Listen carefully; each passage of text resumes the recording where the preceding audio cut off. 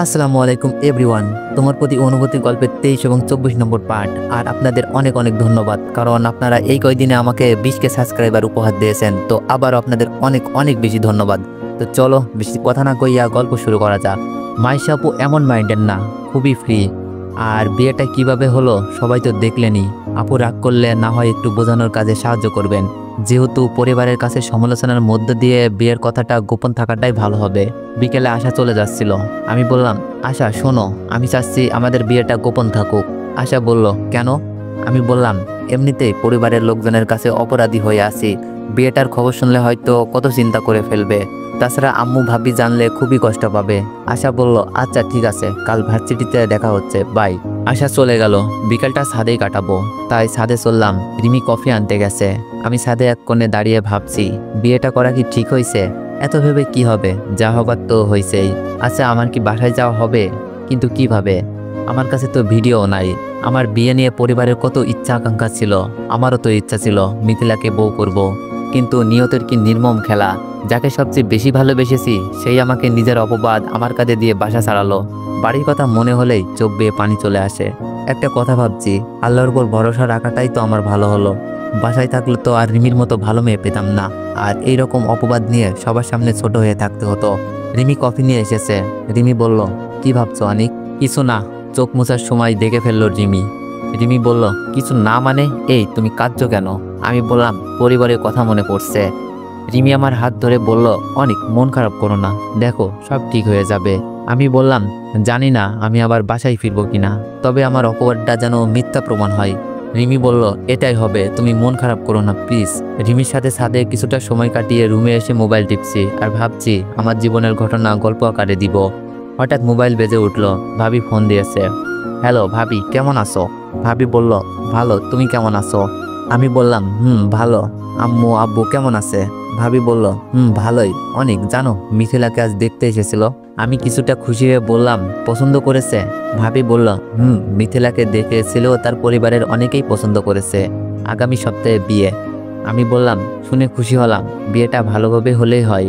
আচ্ছা, ছেলে কি করে? যাই হোক, চাচাতো বোন, খবর তো নিতেই হয়। ভাবি বলল, ছেলে নাকি কক্সবাজারে কি ব্যবসা করে, সঠিক বলতে পারবো না, অনেক বড় লোকই মনে হয়।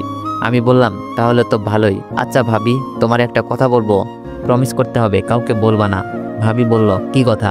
আমি বললাম, ভাবি তোমাকে বলেছিলাম না, আমাকে যে বাসায় আশ্রয় দিয়েছে সেই বাসায় একটা মেয়ে আছে না, নাম রিমি। ভাবি বলল, কেন, কি হয়েছে, প্রেমে পড়ে গেছো নাকি? না ভাবি, কাল রাতে বিয়ে করে ফেলেছি। আমার কথা শুনে ভাবি উত্তেজিত হয়ে বলল, বিয়ে করছো মানে, ভেগে গিয়ে নাকি? আমি বললাম, না আঙ্কেল আন্টির কথাই, তবে অনেক কাহিনী আছে, পরে বলবো তোমাকে। আচ্ছা।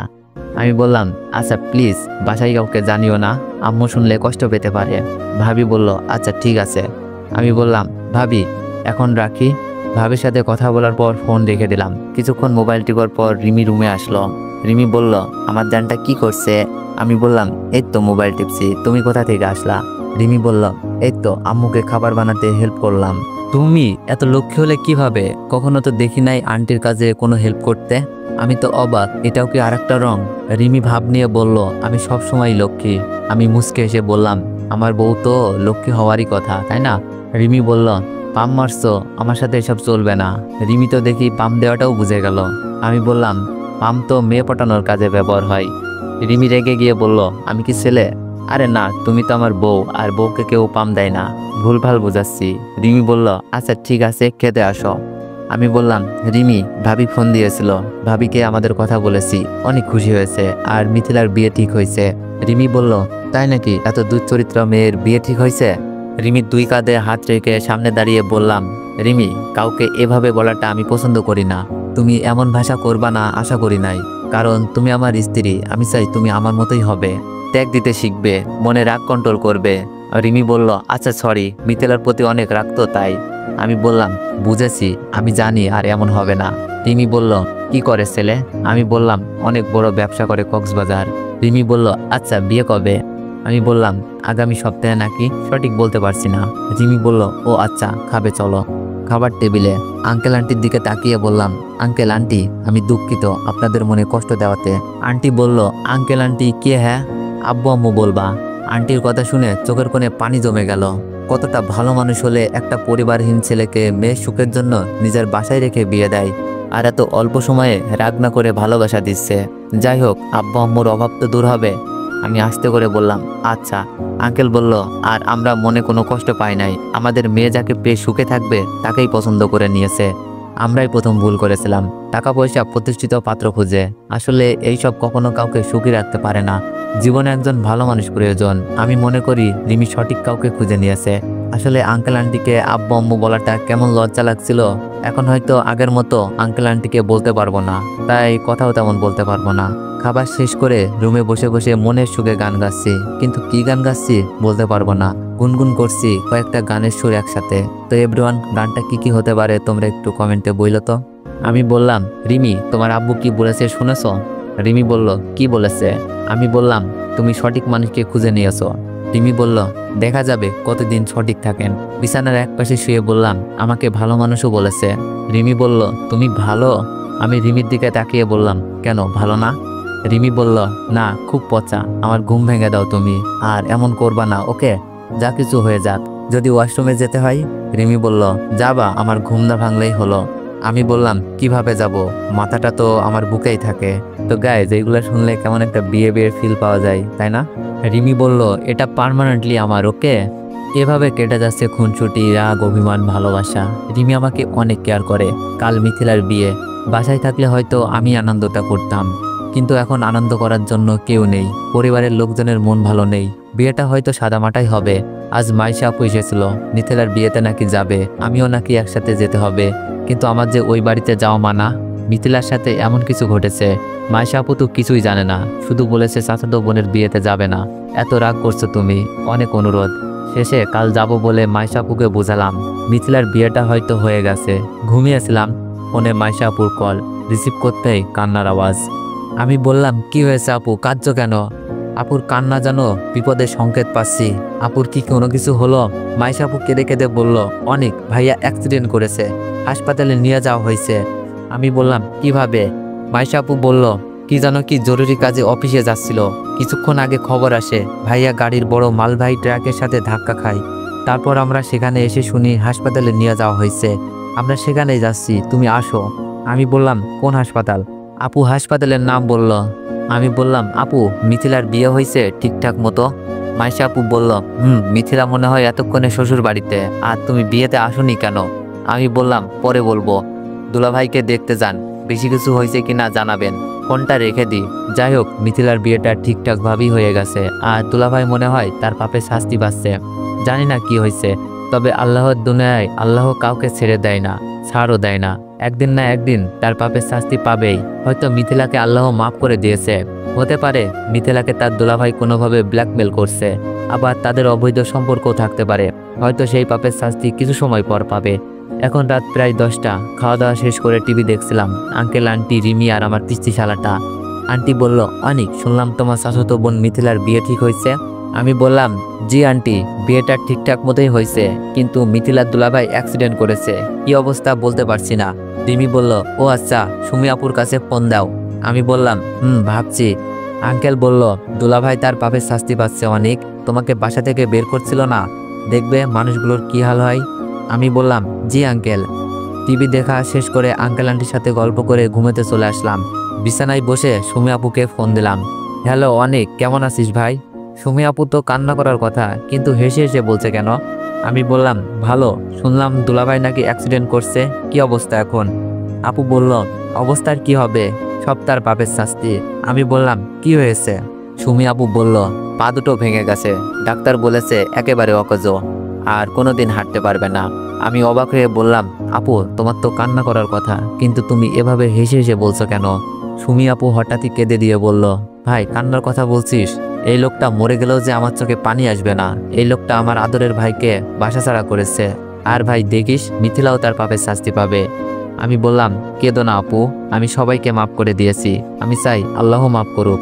সুমি আপু কান্না করছিল আর বলছিল, না রে ভাই, আল্লাহ মাফ করুক এই দোয়া করিস না, শুধুমাত্র বাচ্চাটার জন্য সত্যটা জেনেও সংসার করছি, নয়তো সত্যটা জানার সাথে সাথে এই সংসার ত্যাগ করতাম।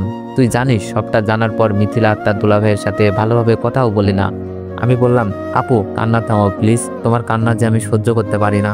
সুমি আপু বলল, তাই তো মিথ্যা অপবাদ নিয়ে বাসা থেকে বেরিয়ে গেলি, তবে তুই চিন্তা করিস না, আমি তোকে আবার বাসায় ফিরিয়ে আনবো, সবাই সত্যটা জানবে। আমি বললাম, আচ্ছা আপু রাখি, ঘুমাবো।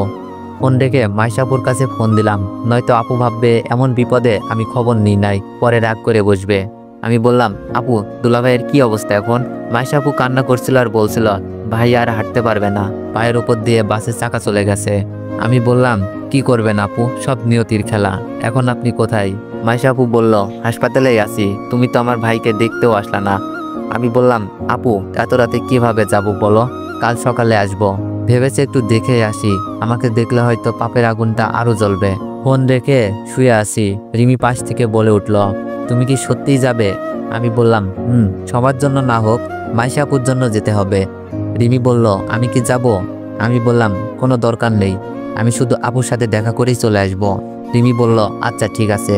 সকালে ঘুম থেকে উঠে ফ্রেশ হয়ে হাসপাতালে ছুটলাম। হাসপাতালে গিয়ে দেখি আশার আব্বু আম্মু মাইশা আপু আর আশার ভাইয়া দাঁড়িয়ে আছে। সুমি আপুকেও দেখতে পাচ্ছি, মনে হয় শাশুড়ির সাথে দাঁড়িয়ে আছে। আমাকে দেখে আশা এগিয়ে এসে বলল, কিরে তুই এখানে কেন এসেছিস? আমি ফিস করে বললাম, মাইশা আপুর কারণে আসতে হলো।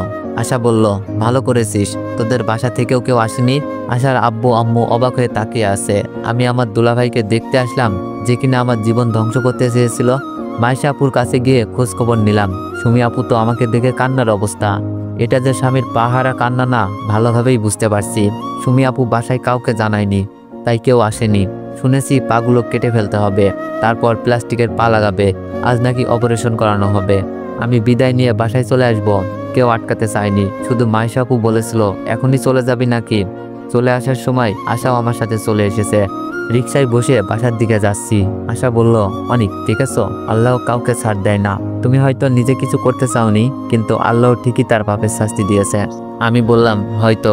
আশা বলল, হয়তো না, এটাই ঠিক। আমি বললাম, হৃদয় ভাইয়ার সাথে তোমার কথা হয়? আশা বলল, আসলেই হৃদয় ভাই আমাকে অনেক ভালোবাসে। আমি বললাম, দেশে আসবে কবে, কিছু বলেছে? আশা হাস্যোজ্জ্বল মুখ নিয়ে বলল, না এখনই আসবে বলে মনে হয় না, বলেছে বাসায় বিয়ের কথা চললে নাকি জানাতে, তখনই আসবে আর আমাকে নিয়ে যাবে।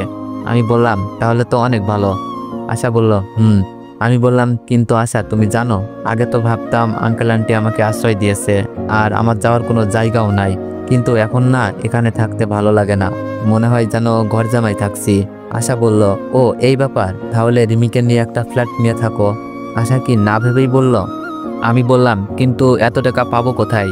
রিমির আব্বুর অফিসে চাকরি করে পাই 30,000 টাকা, আমার পড়ালেখা, ফ্ল্যাট ভাড়া, গ্যাসের বিল, বিদ্যুৎ বিল, খাওয়া সবকিছু মিলে কি সম্ভব বলো?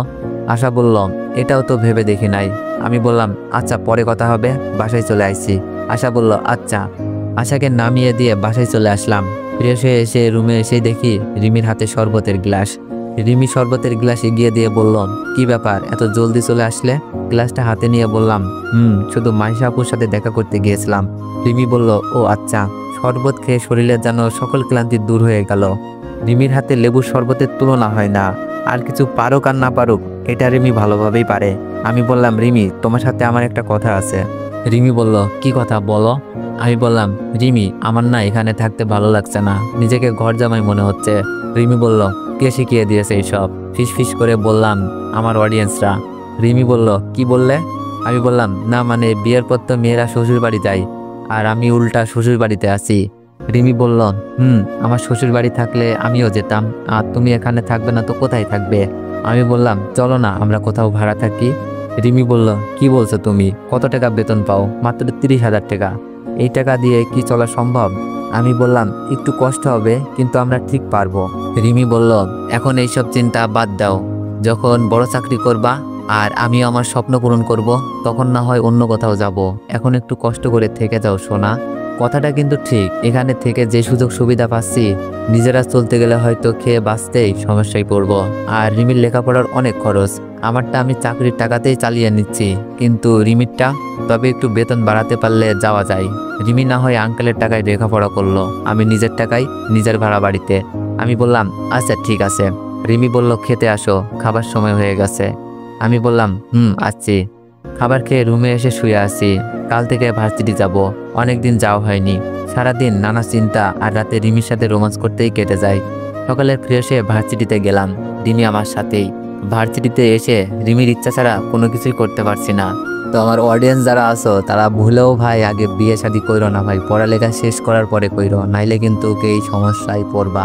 ফ্রেন্ড সার্কেলও বাধা, রাহুল, ফাহিম, ইভা, আশা, এছাড়া অন্য কারোর সাথে কথা বলা নিষেধ।